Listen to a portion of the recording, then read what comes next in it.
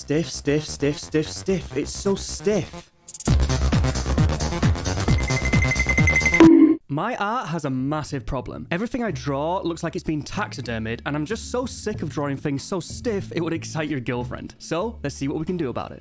Our goal isn't just to learn how to draw from a reference, but how to exaggerate that reference and add a little bit of expression on top to make it, well, not look stiff anymore. Step 1, and oh, I hate this already. It's gesture.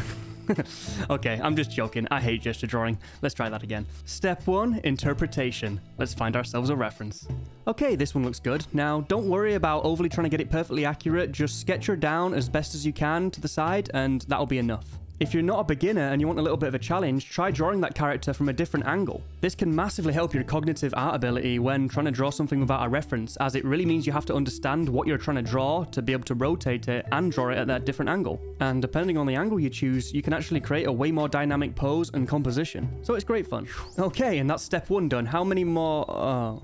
Yeah. Okay, I'm gonna have to go into a little bit more detail with point number 2. Let's get to it. Now hear me out. Emojis. Wait. Don't stop watching the video. These little guys are the most expressive things you can imagine, so they're gonna work great for what we need.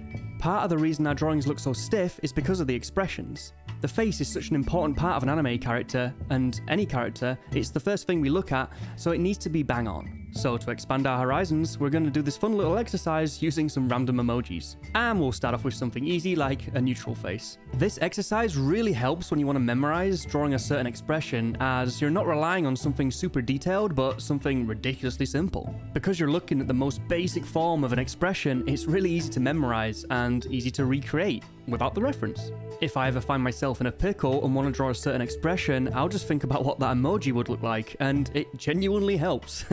Gets me there a lot of the time. Now for our last attempt, let's try a crying emoji. No, not that one. It wouldn't be one of my videos without drawing tiger, now would it? And that's the last expression done. Okay, that helped a lot. Now, let's move on to our final and most important step to drawing less stiff art, that is exaggeration. So, we know how to take a reference and turn it into an anime drawing, but everything still looks stiff, so we need to exaggerate our pose. To do this, we need to find our gestural line. Yeah? I know I said we weren't using gesture, but hear me out. Known as the G-line, its location is debated, and can be quite hard to find. But with some practice and a little bit of experience, you can start to see where it would form on the character.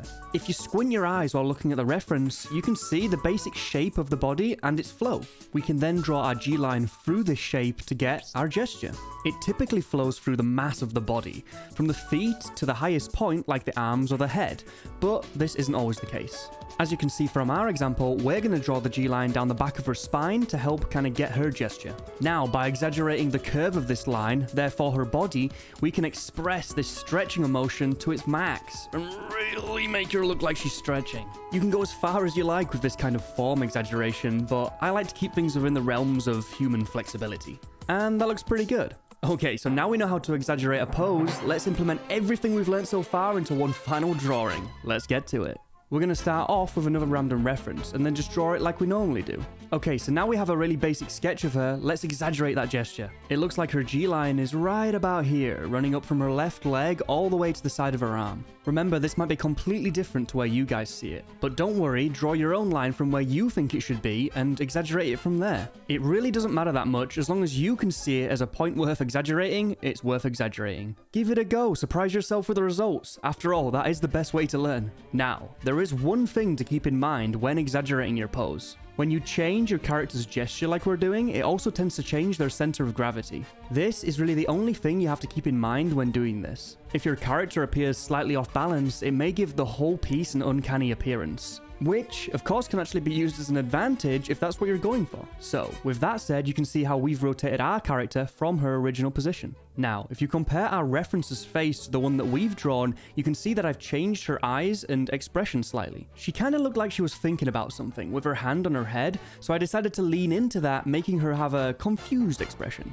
Or somewhat of a thinking one, at least. Okay, so now we got the fundamental sketch down, let's get to rendering. I'm going to start off by adding a base color to pretty much the whole piece. Now, I like to make my base color skin colored, and then that way I can just basically do my shading for my skin straight after. So I like to lock my color layer for the rest of the piece, and that way I can just go ham with my airbrush. Next, we're going to get her base colors down for her jacket, hair, and shirt. I normally always change the color of the clothing to something I prefer, but in this case, I actually quite liked the original colors, so I kept with them. One thing I did decide to change was the hair color, instead doing it in white, but this actually didn't end up lasting either, and I changed it back to black in the end. Next, we're going to get our base shadows down. These shadows don't really get affected by the lighting all that much, so we can kind of do them now and then change them if they need changing, but they probably won't. One thing that I did decide to change on this piece was the cup. I really couldn't be bothered drawing a see-through cup, so yeah, that saved me a lot of effort. Next, we're going to add in some really heavy shadows, as well as a little bit of details and a couple of extra strands in her hair. This really helps to make it look like you've drawn every single hair when you're only drawing a couple, but just by making them couples stand out, it